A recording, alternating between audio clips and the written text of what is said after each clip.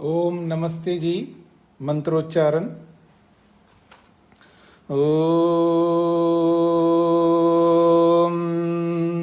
सहनाववतु सहनौ भुनक्तु सह वीर्यं करवावहै तेजस्विनावधीतमस्तु मा विद्विषावहै। ओम शांति शांति शांति।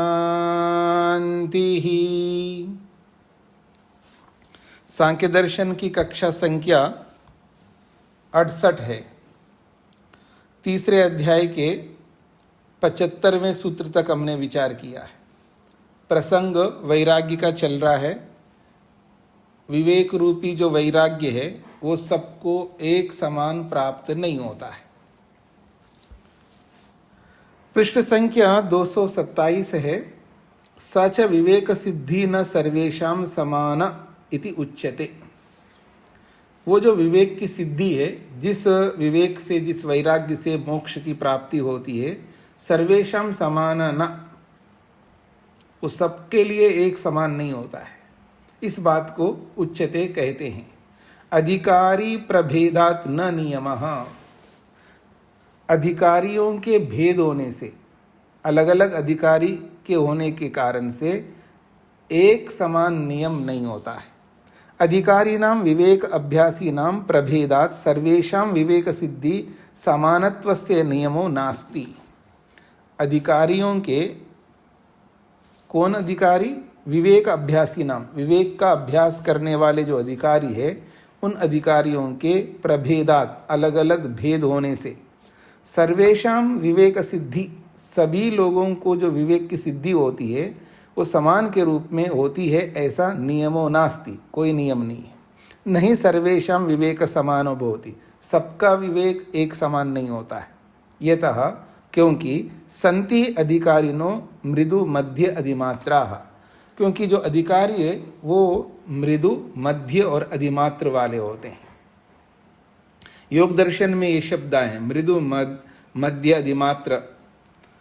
मृदु योगी, मध्य योगी और अधिमात्र योगी, ये यूं कहिए, मृदु विवेकी, मध्य विवेकी और अधिमात्र विवेकी। ये पारिभाषिक शब्द है। मृदु का मतलब जो संसार में, लोक में जो मृदु, मध्य और जो प्रयोग होता है वो एक सामान्य स्थिति है। यहाँ मृदु का अर्थ है उनका जो वैराग्य का स्तर है, उनके यम नियमों का स्तर है, यम नियम आदि से लेके जो 8 अंगों का जो स्तर है, और वो जो स्तर है वो व्यवहारिक स्तर है, बौद्धिक स्तर नहीं है। व्यवहारिक रूप से उनका जो स्तर है वो मृदु है या मध्यम स्तर का है, ये अधिमात्र सर्वाधिक अधिक स्तर है। जा तो रहे वहीं पर, मोक्ष के मार्ग पर ही चल रहे हैं, लेकिन उस मार्ग में चलते हुए गमन तो तीनों का हो रहा है, लेकिन एक का जो गमन है वो मंद गति से हो रहा है, एक का गमन जो है वो मध्यम गति से हो रहा है, एक का गमन वो तीव्र गति से हो रहा है। इसलिए महर्षि पतंजलि ने कहा, तीव्र संवेगानाम आसन्नः, जो तीव्र संवेग है, जिनके अंदर तीव्रता से गमन करते हैं, जो विवेक है ना, यथार्थता, जहां यथार्थता है, एक प्रकार से लपकना है उसको, उसके लिए सोचना नहीं होता है, उसको ग्रहण करना ही है। हाँ, अभी मैं सोचता हूँ, अभी विचार करता हूँ, काम तो बहुत अच्छा है, लेकिन, बस ये लेकिन ही ले डूबता है व्यक्ति को। वो ऐसा नहीं होते हैं तुरंत। वो जो होता है ना छिपकली, बरसात का मौसम है और कीड़े आते हैं लाइट को देख करके, और विद्युत के कारण से जो कीड़े आते हैं ना, वो कीड़े जब आते हैं लाइट के पास में, प्रकाश के पास में, वहीं मंडराता रहता है। ये छिपकली वहीं घूमती रहती है। आप देखना, उसके सामने कोई कीड़ा है तो कैसे लपकता है, देखा ही होगा आप लोगों ने। आप ना देखो तो कौन देखेंगे। सभी को पता है कैसे लपकता है, तुरंत। और पानी के अंदर जो बगुला होता है ना, वो मछली को देखता रहता, मछली उसके सामने आ जाए और लपक लिया और उसके मुंह में ना आए, ये हो नहीं सकता। पुरुषार्थ, इस प्रकार का जो पुरुषार्थ होता है वो तीव्र संवेग वाले होते हैं। तो मृदु मध्य अधिमात्र नाम से वो होते हैं। उक्तमी योग दर्शन, योग दर्शन में कहा है मृदु मध्य अधिमात्रत्वात् ततोपि विशेषः, ये सूत्र ही बनाए वहां पर। तो अलग अलग अधिकारी होते हैं, उनके सामर्थ्य, उनके संस्कार, उनका पुरुषार्थ, बहुत सारे कारण बनते हैं। अतएव इसलिए कहा गया है बाधित अनुवृत्तेः मध्य विवेकतो अपि उपभोगः। बहुत महत्वपूर्ण बात कही जा रही है। बाधित अनुवृत्तेः मध्य विवेकतः अपि उपभोगः। मध्य विवेकतः बाधितानुवृत्तेः अपि उपभोगः। मध्य विवेकात् बाधिताः, मध्य का मतलब यहाँ पर वो मृदु मध्य अधिमात्र वाला जो मध्य नहीं, यहाँ पर यह मध्य एक पारिभाषिक है। मध्य विवेक से बाधिता, बाधित हो गई है, अर्थात जो विवेक है उस विवेक के कारण से, उस वैराग्य के कारण से जो विषय है हमारे रूप रस गंध स्पर्श आदि के विषय, ये जो वृत्तियां हैं, 5 प्रकार की वृत्तियां, वो बाधित हो जाती, रुक जाती है। उस विवेक के कारण से वो बाधित हो जाती हैं, रुक जाती हैं वृत्तियां। उनके बाधित होने पर भी या खलु अनुवृत्ति, जो अनुवृत्ति हो रही है, अनुवृत्ति का मतलब जो प्राप्ति हो रही है, उसी अनुवृत्ति को कहा अनुरक्ति। उसी अनुवृत्ति को अनुरक्ति बोला है, उसी अनुरक्ति को अनुराग रूपा, अनुराग रूप प्रवृत्ति। यह अनुराग रूप प्रवृत्ति का मतलब है भोग रूपी प्रवृत्ति। भोग, भोग को यहाँ पर अनुवृत्ति शब्द से बोला है। तो जो विवेक के कारण से, वैराग्य के कारण से सारे संस्कारों को उसने बंद कर दिया, रोक लिया है, सारी अविद्या को रोक लिया। फिर भी जो भोग उसको प्राप्त हो रही है, उस भोग को लेकर के चर्चा हो रही है। तो येन अभ्यासिना तस्य अपि विवेक अभ्यासिना, उस विवेक का अभ्यास करने वाले व्यक्ति को भी भवती, वो वृत्ति अनुवृत्ति प्राप्त होती है, अर्थात वो भोग प्राप्त होता ही है। तो जब भोग प्राप्त होता है तो उपभोग, उसका उपभोग करेगा ही। तात्कालिको यावत् प्रारब्ध भोग समाप्ति, वो तात्कालिक भोग होता है। तात्कालिक भोग का मतलब है जो प्रारब्ध के कारण से मिल रहा है, वो समाप्त होते ही फिर दोबारा भोग में प्राप्त नहीं होगा। ये उस व्यक्ति के लिए बोला जा रहा है। यह मध्य विवेकी वो होता है जो जीवन मुक्त व्यक्ति है। जीवन मुक्त व्यक्ति जीते जी मुक्त होता है, मुक्ति जैसा अनुभव करता है। और जीते जी मुक्ति जैसा अनुभव जो कर रहा है, मोक्ष का आनंद, मुक्ति का आनंद, अर्थात दुख निवृत्ति की स्थिति का अनुभव कर रहा होता है शरीर में रहता हुआ। तो शरीर क्यों छूटता नहीं है? शरीर को तो हट जाना चाहिए, प्रयोजन तो पूरा हो गया, कृतकृत्य बन गया है, फिर भी शरीर रहता है। तो यही जो शरीर रहता है वो भोग करवा रहा है हमको। शरीर रहे तो भोग मिलेगा। और शरीर रह क्यों रहा है? क्योंकि ये पिछले जन्मों के कर्मों का फल है। जब तक वो समाप्त नहीं होगा तब तक शरीर रहेगा, और जब तक शरीर रहेगा तब तक भोग मिलता रहेगा, और उस भोग को भोगना पड़ेगा। जीवन मुक्त हो या हम जैसे लोग हों, भोगों को तो भोगना ही पड़ेगा, अपने फल को तो भोगना ही होगा ना। तो उस बात को यहाँ पर लेकर के बोला जा रहा है। तो तात्कालिका, वो तात्कालिक है। तात्कालिक का मतलब है ये समाप्त होते उसके बाद भोग नहीं आएगा, वो तो मुक्ति में जाने वाला है। फिर भी वो भोग रहा है क्योंकि पूर्व जन्म के फलों के स्वरूप में भोग रहा है। इसलिए भोग समाप्ति ही, प्रारब्ध भोग समाप्ति। जब तक प्रारब्ध रूपी भोग समाप्त नहीं होता है तब तक वो भोगता रहेगा, और प्रारब्ध रूपी भोग समाप्त हो जाता है फिर उसको भोगने की जरूरत नहीं, शरीर रहेगा भी नहीं, मुक्ति में चला जाएगा, शरीर छूट जाएगा। ये इसका तात्पर्य है। अधिमात्र विवेकस्य तु सर्वथा भोगाभाव भवति। जो अधिमात्र विवेकी व्यक्ति है, अर्थात तीव्र विवेक जिसको हो गया है, इतनी तीव्रता से उसको विवेक हो गया है, अब वो मुक्ति में चला जाएगा, इसका तात्पर्य है। उसका भोग का भाव हो जाएगा, अर्थात वो शीघ्र मुक्ति में चला जाएगा। तो ये अधिमात्र विवेक उसको कहा जा रहा है, बस जिसने भोगों को भोगते भोगते जीवन मुक्त होकर के भी भोगों को भोगता जा रहा है, बस जीर्ण हो गया है, उसका शरीर जीर्ण शीर्ण हो गया, अब उसका भोग समाप्त हो रहा है, तभी वो अधिमात्र विवेकी कहलाता है। बस शरीर छोटा, मुक्ति में गया, ऐसे व्यक्ति को फिर भोग प्राप्त नहीं होगा। अथवा दूसरे ढंग से भी इसका अर्थ कर सकते हैं, मध्य विवेकतो अपि भवति उपभोगः, मध्य विवेक के कारण से भी उपभोग होता है।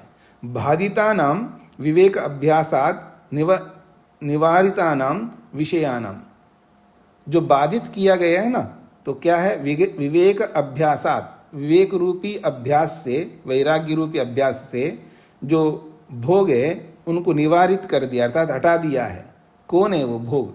विषयानाम, विषयों से मिलने वाला भोग। अनुवृत्ते है अनुवर्तमानत्वात्, तो उन विषयों का जो भोग है वो वर्तमान है, विद्यमान है, समाप्त नहीं हुआ है।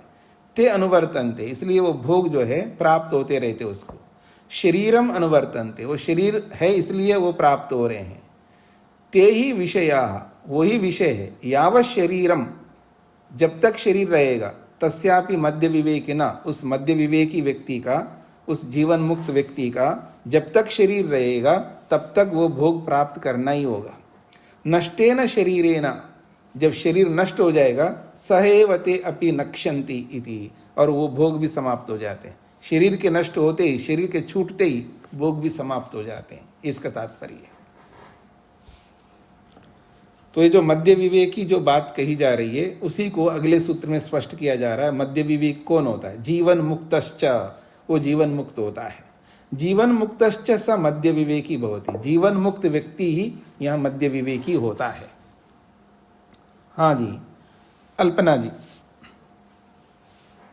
नमस्ते स्वामी जी।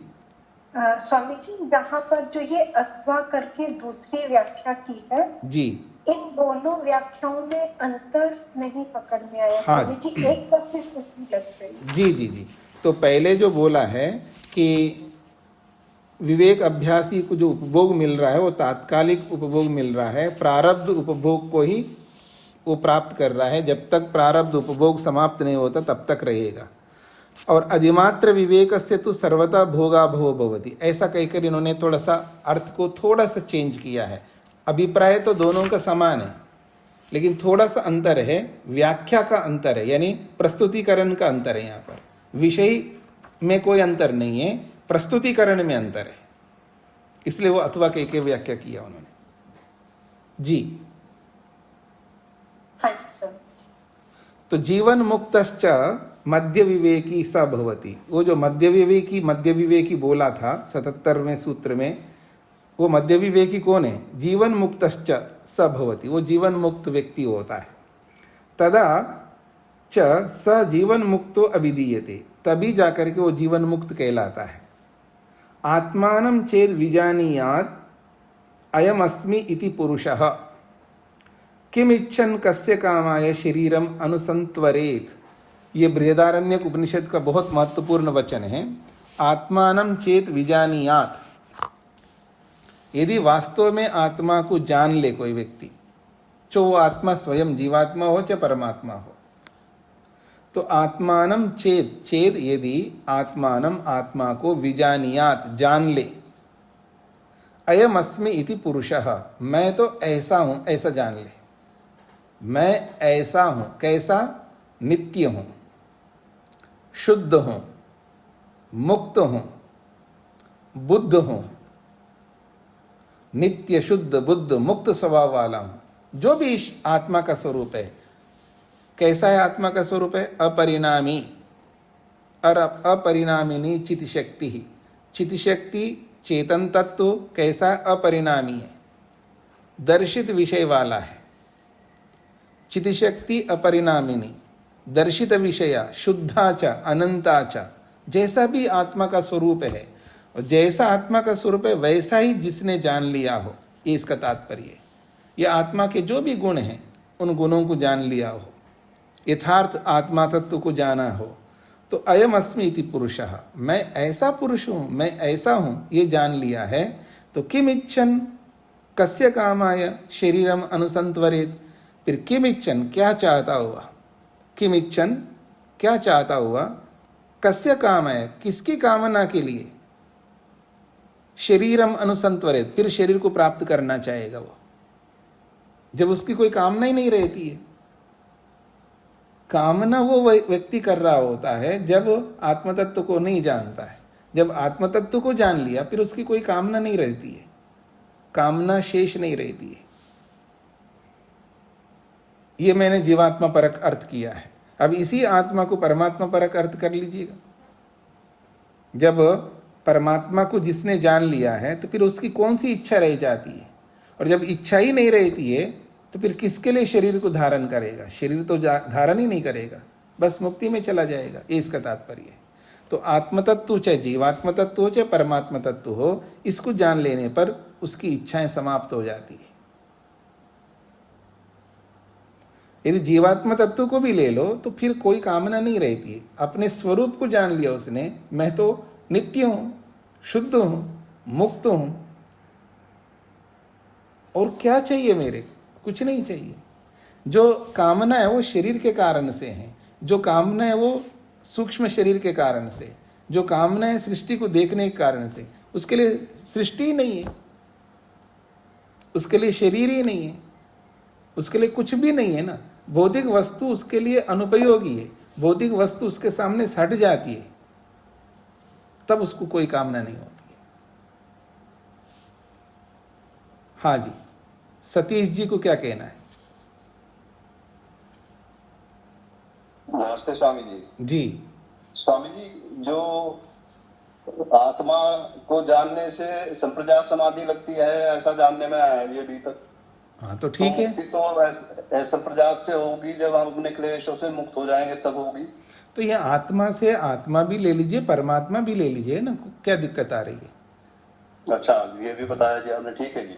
जी धन्यवाद। जीवन मुक्ति के विषय में कहा, जीवन मुक्त जो व्यक्ति होता है उसके विषय में कहा जा रहा है, जीवन मुक्त सिद्धो युक्ति माह। जीवन मुक्त व्यक्ति की सिद्धि कैसे होगी, कैसे कोई जीवन मुक्त बने?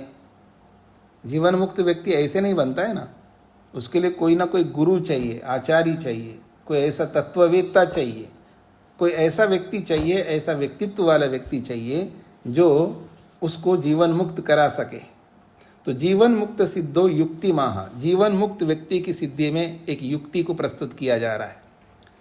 उपदेश्य उपदेष्ट्रत्वात् तत्सिद्धि, उपदेश्य उपदेष्ट्रत्वात् तत्सिद्धि, विवेकार्थो खलु उपदेश्य।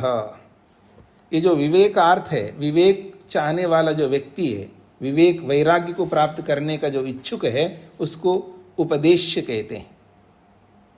जिसको उपदेश दिया जाए उसको उपदेश कहा जाता है, जिसको उपदेश दिया जाए उसको उपदेश्य कहते हैं। तो विवेकार्थो खलु उपदेश्य, विवेक को चाहने वाले व्यक्ति को उपदेश्य कहा जाता है। तस्य विवेकार्थिना, उस विवेक को चाहने वाले व्यक्ति, उपदेश्यस्य, उस उपदेश्य विवेक चाहने वाले व्यक्ति को विवेक उपदेष्ट्रा, विवेक का उपदेश करने वाला भवितव्यमेव, होना ही चाहिए। उपदेष्टा के बिना उपदेश्य कहाँ से आएगा? उसके लिए कोई उपदेष्टा होना चाहिए। तत्सिद्धि, तभी जीवन मुक्त व्यक्ति की सिद्धि होती है। तस्य जीवन मुक्तस्य विवेक संपन्नस्य सिद्धि, उस जीवन मुक्त व्यक्ति की जो विवेक से संपन्न, विवेक से युक्त जब हो जाता है तो जीवन मुक्त भी हो जाएगा। तस्य अस्तित्व सिद्धिर्भवति, तभी उस जीवन मुक्तत्व की, जीवन मुक्त की सत्ता सिद्ध हो जाती है। अर्थात कोई जीवन मुक्त है, इसका मतलब उसको उपदेश करने वाला कोई ना कोई है। उपदेष्टा है तो जीवन मुक्त है, उपदेष्टा नहीं है तो जीवन मुक्त नहीं होगा। अध्यापक है तो विद्यार्थी है, बिना अध्यापक के विद्यार्थी आएगा क्या? क्योंकि विद्या अर्जन अध्यापक से होता है।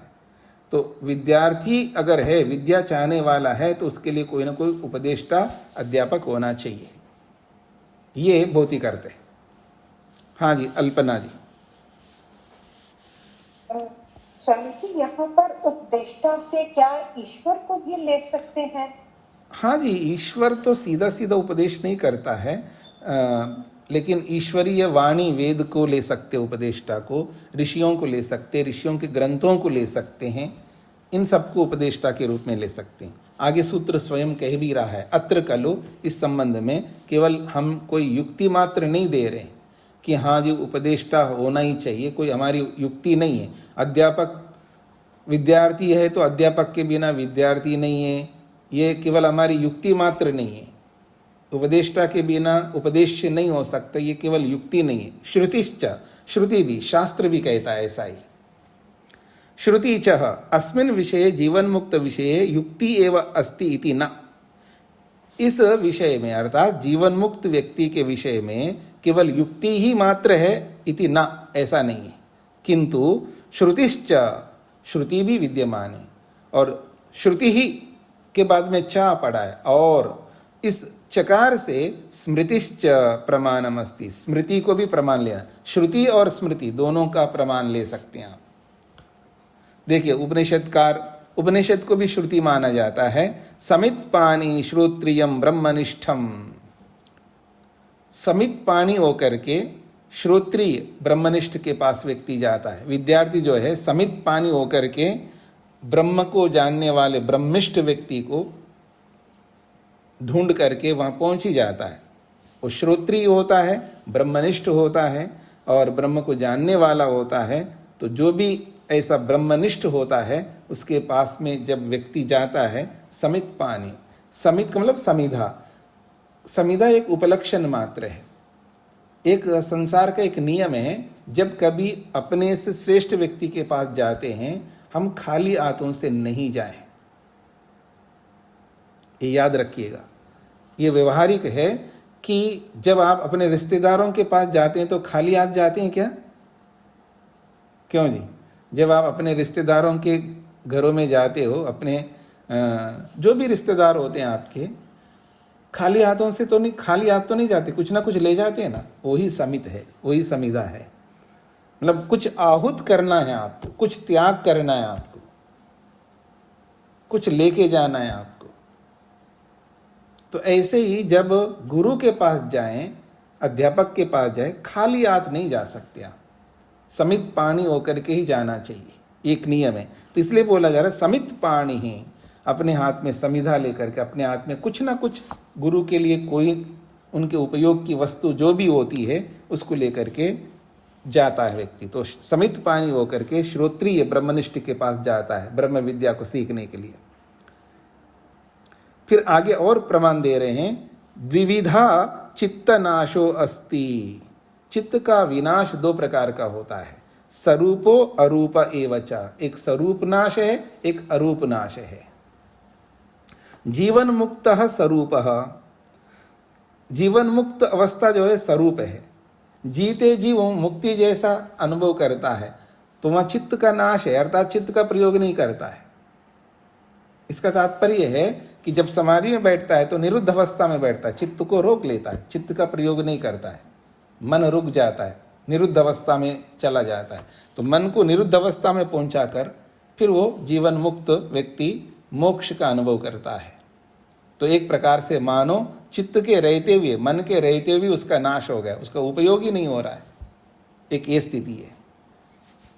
और देह मुक्तिगः अरूपः, और जो देह मुक्ति का जब शरीर को छोड़ देता है तो वो अरूप वाला, अर्थात चित्त वास्तव में समाप्त हो जाता है, वास्तव में प्रलय में चला जाता है। ये मुंडकोपनिषदकार कहते हैं। योग दर्शनकार भी इस संबंध में कहते हैं, आत्मकल्पेन व व्यवतिष्ठते प्रलयम व अधिगच्छति। ये वेदव्यास जी कहते हैं, जब अपना प्रयोजनों को पूरा करता है, वहाँ स्पष्ट कहा है वेद पतंजलि के उन सूत्रों के ऊपर वेदव्यास जी ने, आत्मा का दो प्रयोजन है, भोग और अपवर्ग। भोग अपवर्गार्थम दृश्यम, उसको जो भोगना था उसने भोग लिया, जो अपवर्ग तक पहुंचना था वो पहुंच गया। अब दोनों प्रयोजन पूरे हो गए। जब पूरे प्रयोजन हो गए, मतलब दोनों प्रयोजन पूरे हो गए, अब उसको जीने की क्या आवश्यकता है? तो इसलिए कहते हैं आत्मकल्पेन व व्यवतिष्ठते। जैसे आत्मा है, आत्मा का उदाहरण दिया, देखिए आत्मकल्पेन अर्थात आत्मा के समान व्यवतिष्ठते रहता है। कौन? मन। ये जो हमारा मन है ये आत्मा के समान बन करके रह जाता है। तो आत्मा क्या है? शुद्ध है। आत्मा कैसा है? शुद्ध है, उसके अंदर कोई अशुद्धि है ही नहीं है। जैसा आत्मा शुद्ध है वैसा ही मन शुद्ध होकर के रहता है। और जैसा आत्मा जो है,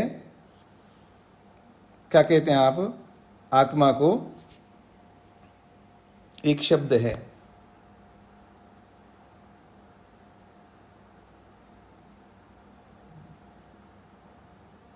कर्म रहे, यानी उसको कहते हैं, वो शब्द याद नहीं आ रहा है,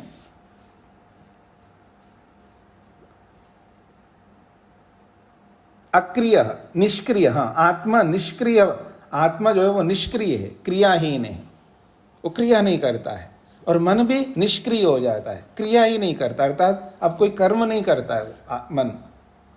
जैसा आत्मा होता है, आत्मा जैसा बन करके, आत्मा के समान बन करके मन पड़ा रहता है खाली, वही निरुद्ध अवस्था है। तो आत्मकल्पेन वा व्यवतिष्ठते, हमारा मन आत्मा जैसा बन करके रहता है।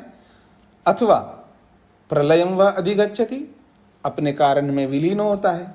तो कारण में विलीन तब होगा जब शरीर छूटेगा। जब तक शरीर नहीं छूटेगा तब तक जो है आत्मा के समान बन करके रहता है। तब जाकर के वो जीवन मुक्त व्यक्ति जीते जी मुक्ति जैसा अनुभव करता है समाधि में। हर समय की बात नहीं हो रही, क्योंकि हर समय समाधि में कोई नहीं रह सकता।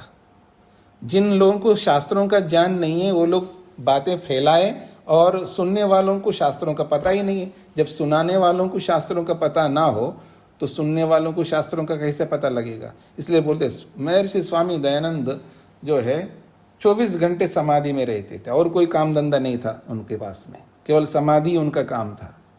न खाना था उनको, न सोना था, न वेद भाष्य करना था, न और बहुत सारे काम थे, कुछ नहीं करते थे। इसका मतलब केवल समाधि में बैठे रहते थे।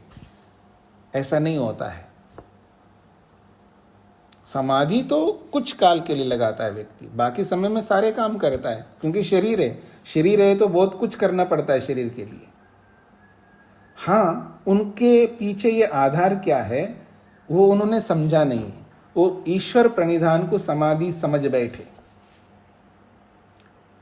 ईश्वर प्रणिधान का जो फल बताया है वहां पर यह बताया गया है कि शय्यासनस्थो अथ पथिव्रजन वा, चाहे वो शैया में लेटा हो या मार्ग में चल रहा हो, कुछ भी करता जा रहा हो, स्यात् नित्य युक्त अमृत भोग भागी, वो नित्य सदा ईश्वर के साथ संयुक्त रहता था। वो अर्थात ईश्वर प्रणिधान बनाए रखता था, ईश्वर का एहसास करता था। जैसे आप अभी मेरे को सुनते हुए भी आप एहसास कर रहे हो सायंकाल का, और जैसे रात हो जाएगी, रात में जब तक जागते रहोगे तो रात की अनुभूति करते हुए सब कामों को करोगे। और जैसा दिन होता है, दिन में दिन की अनुभूति करते हुए सारे कामों को करते रहोगे। आपका मन पूरा उन कामों में लग रहा होगा, लेकिन साथ में दिन की अनुभूति रहती है। दिन में, रात में जैसे रात की अनुभूति रहती है, ठीक इसी प्रकार से योगी व्यक्ति जिसके मन पर इतना नियंत्रण होता है, सारी अविद्या को उसने समाप्त कर दिया है, वो सदा ईश्वर प्रणिधान के साथ युक्त रहता है। तो ईश्वर के साथ सदा युक्त रहते हुए, जैसे दिन में दिन की अनुभूति करते हुए हम सारे कामों को करते हैं, ऐसे वो ईश्वर की अनुभूति, ईश्वर की उपस्थिति में रहता हुआ, ईश्वर मुझे देख सुन जान रहे हैं, उसके समक्ष ही मैं सारे कामों को कर रहा हूँ, उसकी उपस्थिति में सब कामों को करता है। इसी का नाम ईश्वर प्रणिधान है। और इसी को लोगों ने समाधि समझ बैठे हैं। ये उनकी गलती है, समझने वालों की, शास्त्र न पढ़ने के कारण से। कोई भी व्यक्ति 24 घंटे निरंतर समाधि में नहीं रह सकता, शरीरधारी व्यक्ति। और जब शरीर ही नहीं है तो समाधि लगाने, शरीर में रह करके समाधि लगाई जाती है। और शरीर रहते हुए 24 घंटे समाधि लगा के, ये अलग बात है किसी परिस्थिति विशेष में, जैसे आप रोज खाते हो तो किसी दिन आप पूरे दिन भर नहीं खाते हो, एक दिन नहीं खाते हो, 2 दिन नहीं खाते हो सकता आप नवरात्रि के नाम से 9 दिन नहीं खाते हो।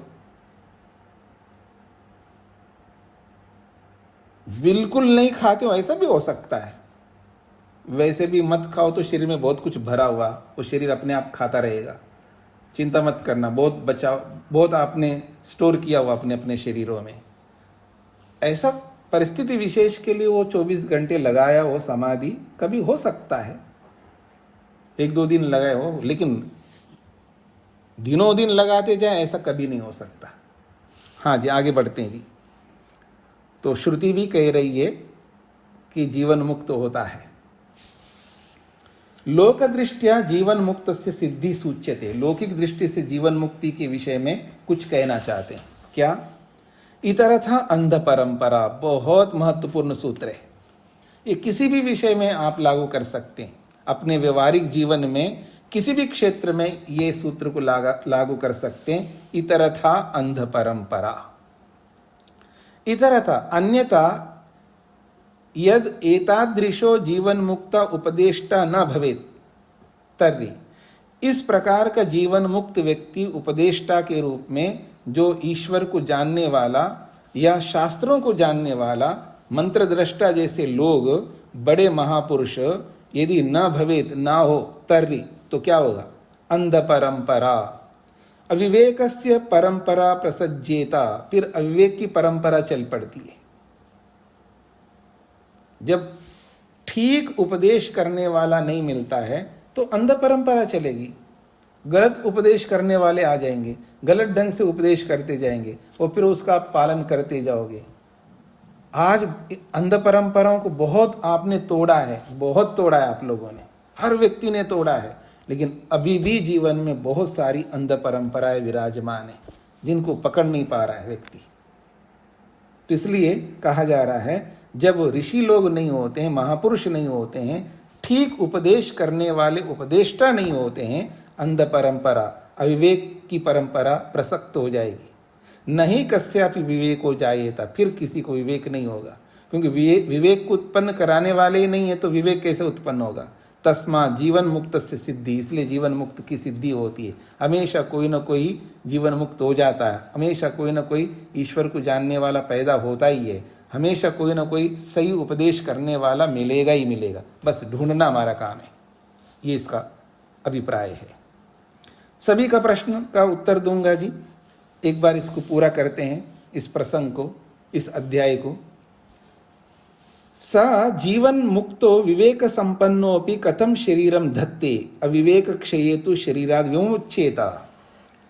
फिर प्रश्न करता है, यदि आप जीवन मुक्त बोल रहे हो, विवेक से संपन्न बोल रहे हो, विवेक से परिपूर्ण बोल रहे हो, तो फिर कथम शरीरम दत्ते, फिर शरीर को क्यों धारण किया हुआ?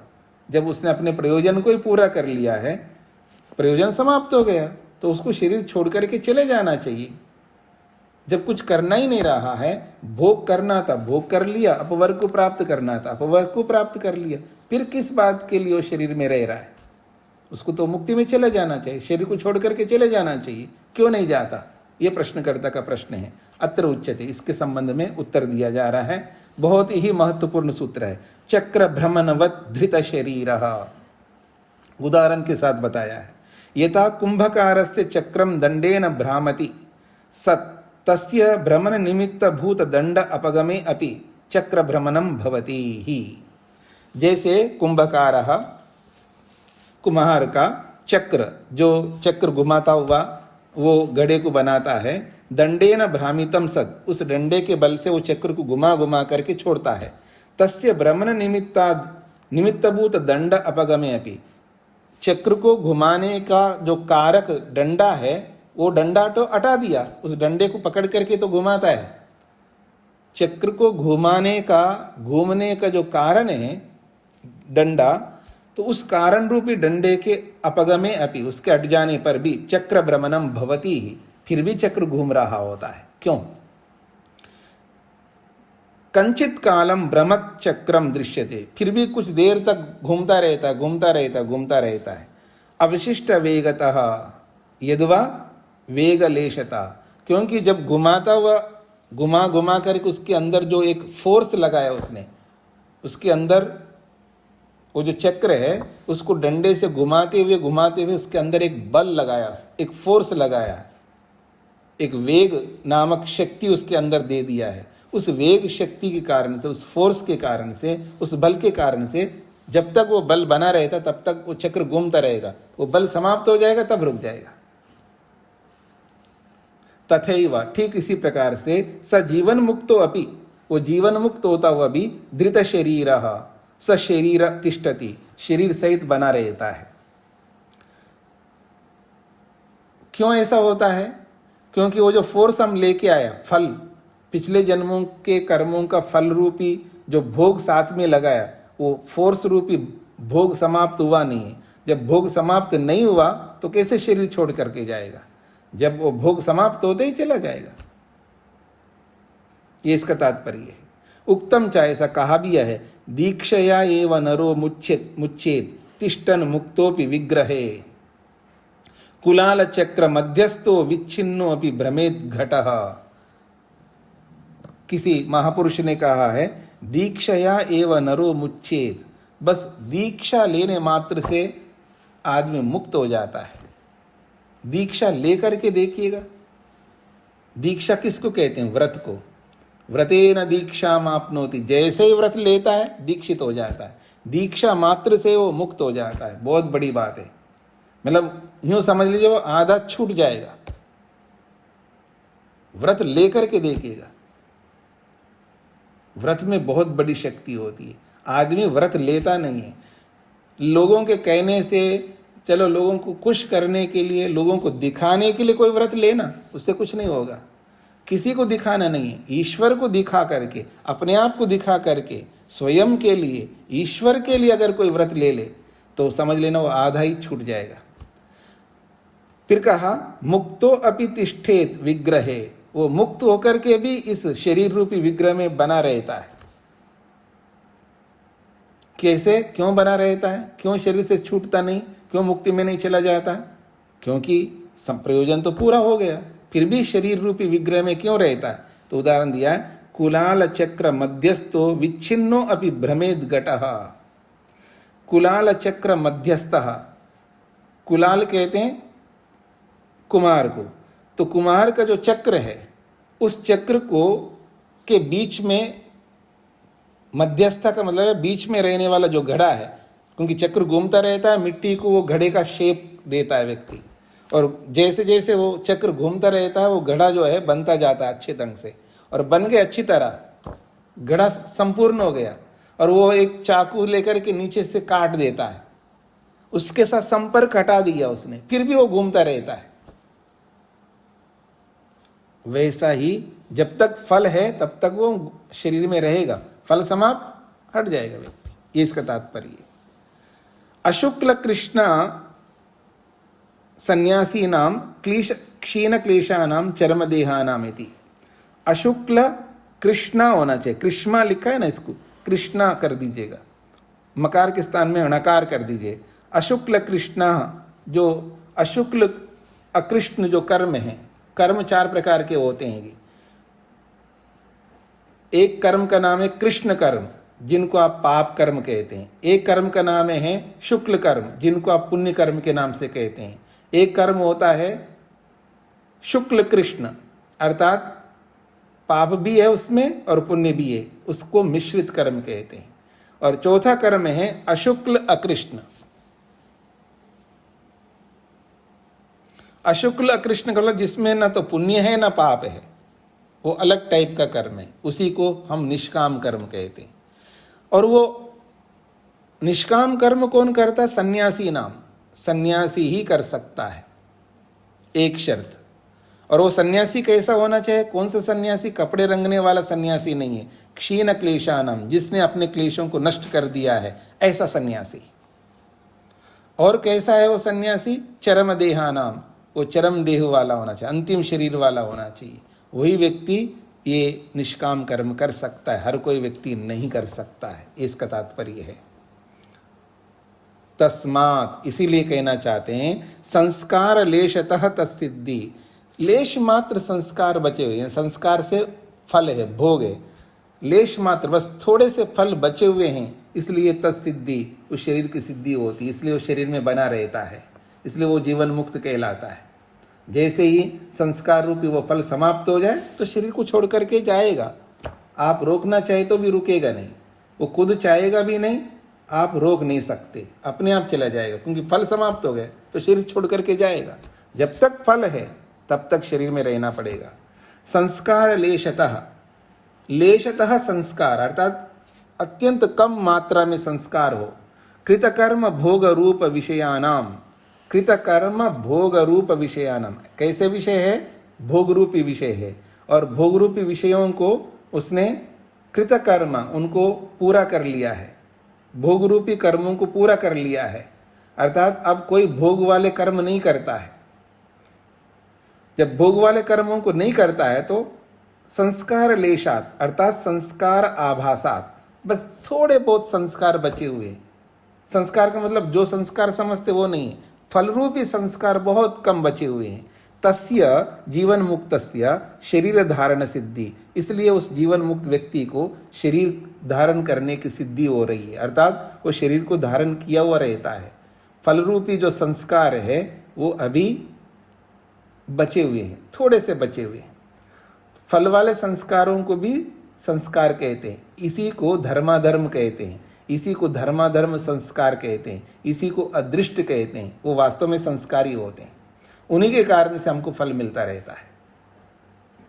वस्तुतः वास्तव में तो ये होता है विवेक निश्शेष दुख निवृत्तौ, विवेकात् निश्शेष दुख निवृत्तौ कृतकृत्यः न इतरात न इतरात। कहते हैं विवेकात्, जो वैराग्य रूपी विवेक है, उस विवेक से ही निश्शेष दुख का निवृत्त हो, संपूर्ण दुख की निवृत्ति होती है। तभी कृतकृत्या, तब व्यक्ति कृतकृत्य माना जाता है। पूर्ण विवेकात, यहाँ विवेकात करते हैं पूर्ण विवेकात, संपूर्ण विवेक होने से, संपूर्ण विवेक करते हैं वैराग्य, पूर्ण वैराग्य हो जाने से खलु समस्त दुख निवृत्तिर्भवति। जब संपूर्ण वैराग्य विवेक होता है तो संपूर्ण दुखों की निवृत्ति भी हो जाती है। तदैव, तभी पुरुषः कृतकृत्यो भवति, वो कृतकृत्य कहलाता है। कृत्य करने योग्य, जितने भी करने योग्य कर्म हैं उन सब को कृता कर लिया है। कृतः कृत्यम येन स कृतकृत्यः, करने योग्य कर्मों को जिसने कर लिया है उसको कृतकृत्य कहते हैं। इतरात न भिन्नाद, विवेक भिन्नाद केवल कर्मणो न इत्यर्थ। विवेक को हटा दो, विवेक के बिना ही केवल कर्म कितने ही करते जाओ, उन कर्मों से कृतकृत्य नहीं बन सकता है। केवल कर्मों से कृतकृत्य नहीं बनता है, विवेक युक्त कर्मों से कृतकृत्य बनता है। वैराग्य युक्त कर्मों को कर लेने से ही व्यक्ति कृतकृत्य बनता है। नेतरात, नेतरात दो बार पढ़ा है तो ये दूसरी बार पढ़ने का उद्देश्य है अध्याय की समाप्ति। अध्याय को समाप्त करना चाहते हैं, इसलिए नेतरात शब्द को दोबारा पढ़ा है। तो इस प्रकार से तीसरा अध्याय संपूर्ण हो गया है आपका। अब आप लोग प्रश्न कर सकते हैं। हाँ जी, हरि जी को क्या कहना है?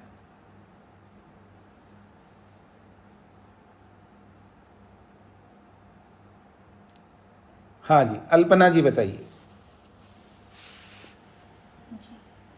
स्वामी जी, एक तो वो 80वें सूत्र का जो भाष्य है जी, उसकी अंतिम पंक्ति जिसमें छूट गई स्वामी जी, जो ये जीवन एव हाँ जी, हाँ जी, हाँ जी, ठीक बात है, आपने सही कही है।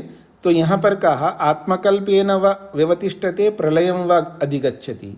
यदि जीवन मुक्त व्यक्ति है तो उसका मन दो प्रकार से हो सकता है। आत्मकल्पेन व व्यवतिष्ठति, वो मन आत्मा के समान मन बन करके शांत बैठा रहता, कुछ नहीं कर सकता, अथवा प्रलय में चला जाएगा। जब शरीर छूटेगा तो उसका मन जो है, मन तो उपलक्षण है, उदाहरण मात्र है, उसका संपूर्ण सूक्ष्म शरीर जो है वो अपने कारण में विलीन होता है जब शरीर से छूटेगा तो। और शरीर बना है तो उसका मन कुछ नहीं कर सकता, आत्मा के समान बन करके रह सकता है। इसी बात को अनिरुद्ध वृत्तिकार ने कहा है। क्या? जीवन नेव विद्वान अर्ष अमर्षाभ्याम विमुच्यते। जीवन नेव विद्वान, वो विद्वान जो जीते जी मुक्त होता है, जीवन मुक्त कहलाता है, वो शरीर में रहते हुए भी अर्श अमर्षाभ्याम विमुच्यते।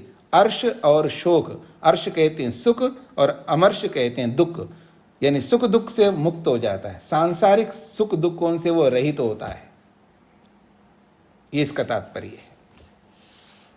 हाँ जी स्वामी जी। स्वामी जी एक प्रश्न था जी हाँ जी स्वामी जी, जो ये 83वां सूत्र है जी उसमें धर्म रूपी संस्कार शेष रहते हैं, केवल वही है या वासना रूपी संस्कार भी रहते हैं? नहीं। तब जीवन मुक्त की स्थिति? नहीं, वासना रूपी संस्कार नहीं रह सकते जी। वासना रूपी संस्कार रहेंगे तो जीवन मुक्त हो ही नहीं सकता है।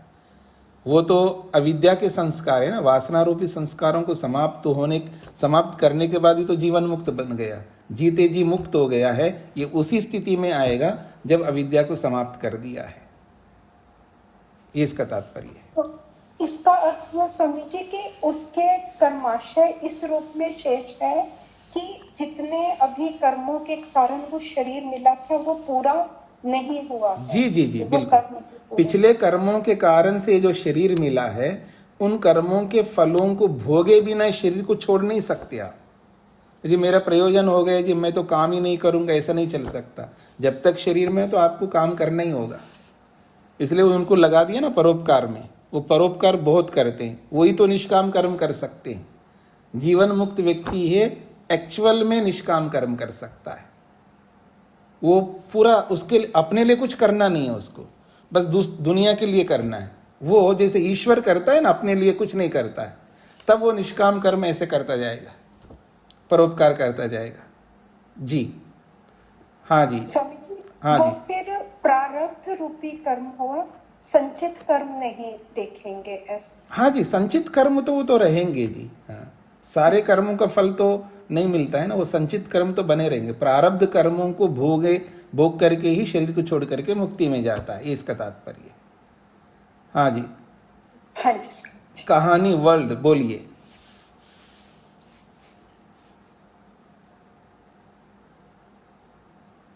नमस्ते स्वामी जी। जी 80वां सूत्र को एक बार दोबारा, श्रुतिष्ठ जो है इसको एक बार सारे को दोबारा समझना है। ये कहते हैं कि जीवन मुक्त होता है, केवल हमने केवल युक्ति नहीं दी है, शास्त्र भी कहता है जीवन मुक्त व्यक्ति होता है। उसके लिए प्रमाण दिया है कि जीवन मुक्त बनने के लिए कोई उपदेष्टा की जरूरत है।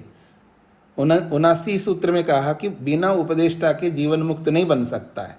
ये केवल युक्ति मात्र नहीं दी, अपनी कल्पना नहीं है। श्रुति स्वयं कहती है कि समित पानी होकर के व्यक्ति उस विद्वान के पास जाता है जो श्रोत्रिय होता है, जो वेदज्ञ होता है और साथ साथ ब्रह्मनिष्ठ भी होता है, ब्रह्म के अंदर जीता है, ब्रह्म को जाना हुआ होता है। उसके पास जाकर के व्यक्ति सीखता है। तो समित पानी श्रोत्रियम ब्रह्मनिष्ठम बोला है।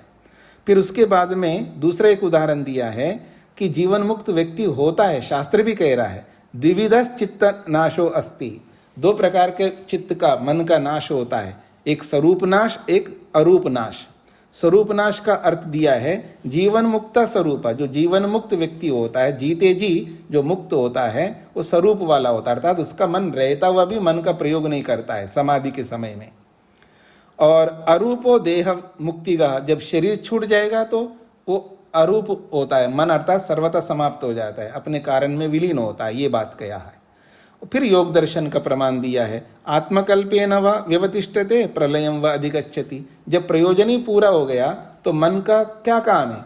तो कहा मन जो है, शरीर तो छूटा नहीं है, तो मन का काम कुछ नहीं होगा, आत्मा के समान। जैसे जीवात्मा नित्य शुद्ध बुद्ध स्वभाव वाला होता है, ऐसा ही मन शांत पड़ा रहता है, चेष्टा रहित हो जाता है, निष्क्रिय होकर के रहता है। जब शरीर छूटेगा तो प्रलय में अपने कारण में विलीन हो जाता है। ऐसा ही अनिरुद्ध वृत्तिकार ने बोला है जीवन्नेव विद्वान अर्ष अमर्षाभ्याम विमुच्यते। जीते जी जीवन मुक्त व्यक्ति शरीर में रहते हुए भी वो कभी अर्ष नहीं करता, अर्थात कभी संसार का सुख नहीं लेता है और न ही संसार का दुख लेता है। सो सुख दुख से वो रहित होकर के जीता है, ये इसका तात्पर्य है। धन्यवाद स्वामी जी। हाँ जी शेखर जी। ओम प्रणाम स्वामी जी। जी हम महर्षि दयानंद जी ने तो मतलब इच्छा मृत्यु ले ली थी, शरीर त्याग कर दिया था स्वामी जी। हाँ जी, ऐसे सभी योगी मतलब जो हम मोक्ष में कह रहे हैं जाने को, वो अपना शरीर भी त्याग तो कर ही सकते हो? नहीं कर सकते हैं जी। स्वामी दयानंद ने तो मजबूरी में त्याग किया है। स्वामी दयानंद की स्थिति अलग है, क्योंकि वो शरीर जर्जर ऐसा हो गया, उस शरीर से कोई परोपकार ही नहीं कर सकते। ऐसा शरीर हो गया, विष से इतना दूषित हो चुका था, पूरा शरीर टूट रहा था उनका विष के कारण से। अब उस शरीर से कुछ कर ही नहीं सकते। तो जब जिससे कुछ कर नहीं सकते, क्योंकि शरीर में रह करके वो करेगा क्या, बताए ना। अशुक्ल अकृष्णा, जो अशुक्ल अकृष्ण जो निष्काम कर्म है वो सन्यासी करता है, और कौन कहता चरम देही, अंतिम शरीर वाला करता है। अब वो शरीर ही नहीं साथ दे रहा है तो कैसे कर्म करेगा परोपकार, इसलिए उनको छोड़ना पड़ा है। जी जी जी स्वामी जी। हाँ जी, रामचरण जी। नमस्ते स्वामी जी। जी मेरा निवेदन था, ये जो 81वां सूत्र है स्वामी जी, इसको थोड़ा सा एक बार समझा देते। इसका मतलब है जब वो सही दिशा देने वाले नहीं होते हैं, चाहे वो माता पिता हो, गुरुजन हो, या महापुरुष हो, या श्रेष्ठ ऋषि हो, चाहे वैदिक ग्रंथ हो, जब सही दिशा देने वाले नहीं होते हैं तो इतरता का मतलब है उसके बिना, अच्छे लोगों के बिना दुनिया में अंध परंपराएं चलती, गलत बातें चलती है, गलत उपदेश चलते हैं, गलत सिद्धांत बनते हैं। इसलिए इतने सारे ईश्वर हो गए हमारी धरती पर, विशेषकर भारत में। ये अंध परंपरा के कारण से है। ये इसका तात्पर्य है। वीरेंद्र जी। धन्यवाद सर। प्रणाम स्वामी जी। जी स्वामी जी, ये निरता जो व्रतेन दीक्षा अपनियात, मतलब दृढ़ संकल्पित होकर के और फिर श्रोत्री ब्रह्मनिष्ठ गुरु के पास जाना, उसका ऐसा अर्थ है क्या? हाँ जी, मतलब जब ब्रह्मनिष्ठ व्यक्ति के पास जाता है तो संकल्प लिए बिना कैसे जा पाएगा। ऐसे ही चलते फिरते चलो देख लेते हैं जी, एंटरटेनमेंट ही कर लेंगे, एक बार मिल लाते हैं, ऐसा नहीं चलता है ना। पूरा याज्ञवल्क के पास में जब जनक जी गए तो पूरा समर्पित होकर के गए ना। जब समर्पण कम था तो उन्होंने स्वीकार ही नहीं किया, जब पूरा समर्पित हो गया तब उन्होंने स्वीकार किया है। तो गुरु के प्रति समर्पित होकर के, अर्थात संकल्पित होकर के जाना ही होगा, व्रत लेना ही पड़ता है। जी जी स्वामी जी, धन्यवाद। युधिष्ठिर जी।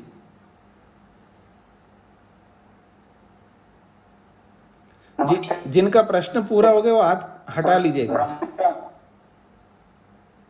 हाँ जी। जी स्वामी जी, श्रुति और ब्रह्मनिष्ठ से पता करेंगे मनुष्य है, कैसे जानेंगे? कैसे जानेंगे, उसके व्यवहार से जानिएगा ना। उसके पास जाकर के रहोगे तो ही पता लगेगा ना, दूर से कैसे जान पाओगे आप। उसके पास जाके रहना होगा ना, समझना होगा, तभी तो आपको स्पष्ट होगा। जी हाँ जी, नरेंद्र जी। धन्यवाद नरेंद्र जी। स्वामी जी। जी स्वामी जी, ये जो 84 सूत्र है, इस पे भाष्य की पहली पंक्ति पूर्ण विवेक, इसको एक बार बता दीजिए। पूर्ण विवेक का मतलब है संपूर्ण वैराग्य हो जाए। वैराग्य दो प्रकार का होता है, अपर वैराग्य होता है और पर वैराग्य होता है।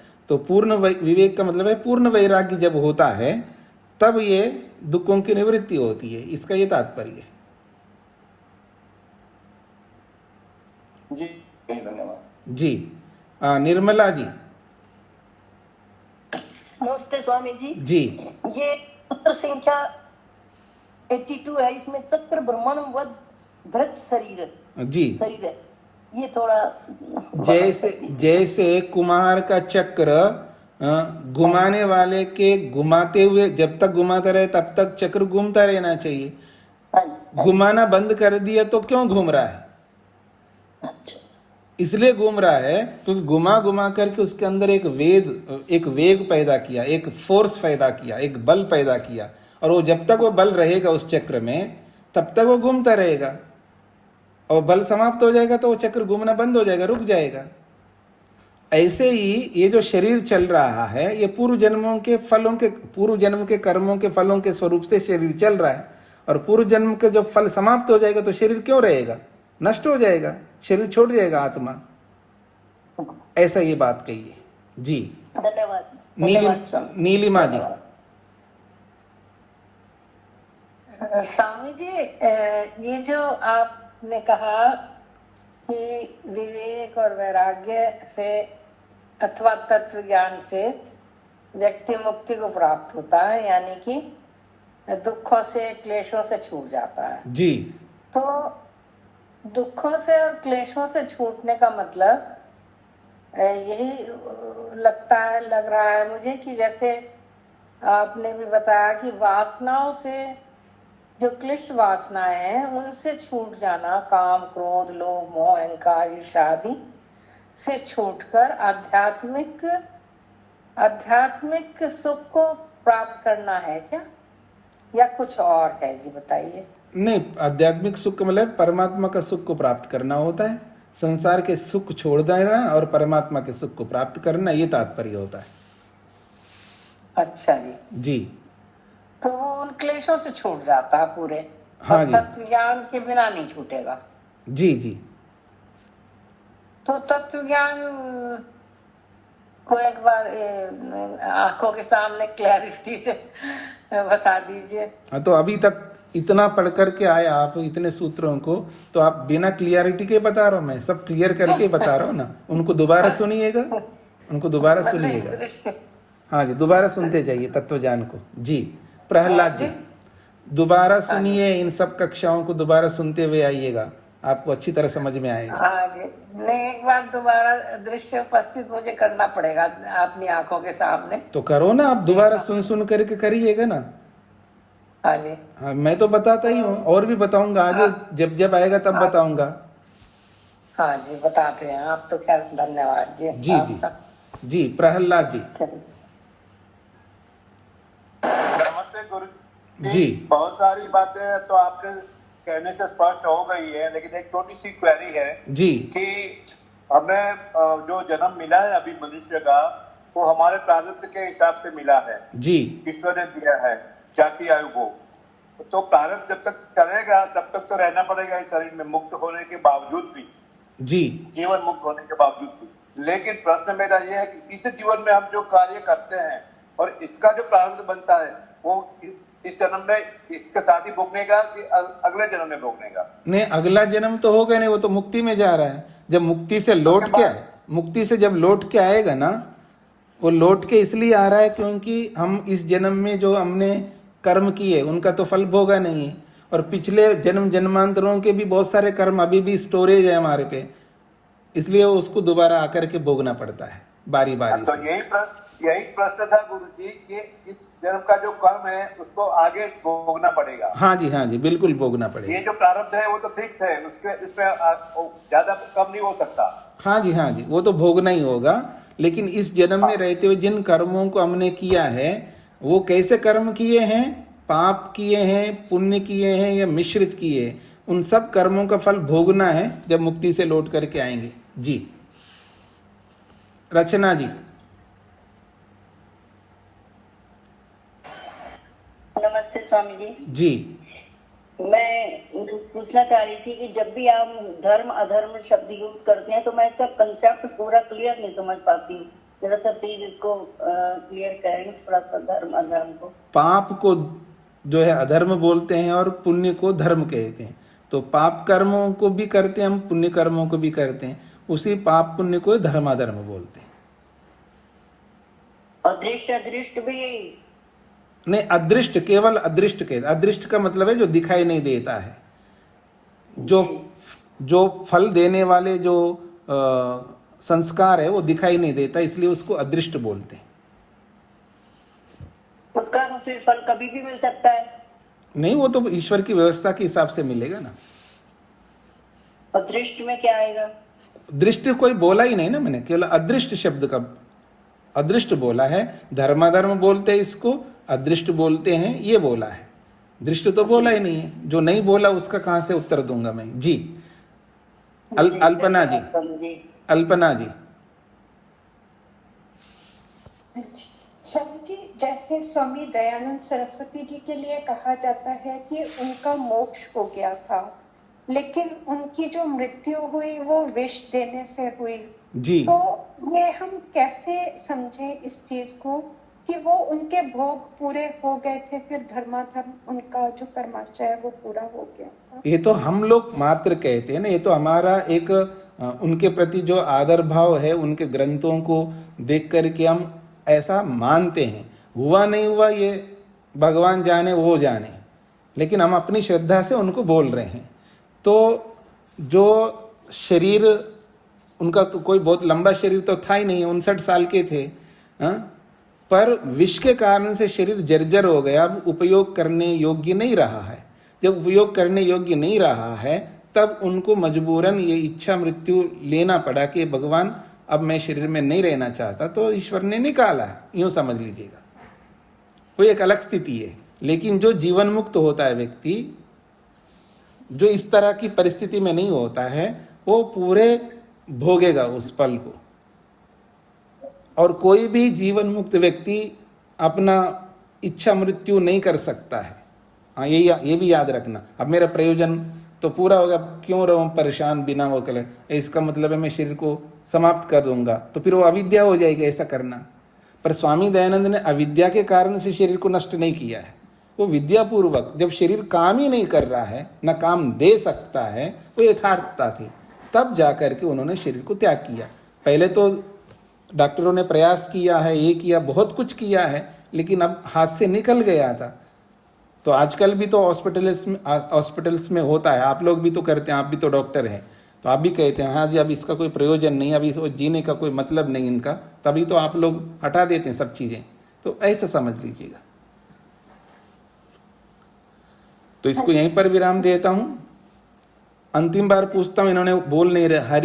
हरी भाई, हरी जी को कुछ पूछना था क्या? ठीक है।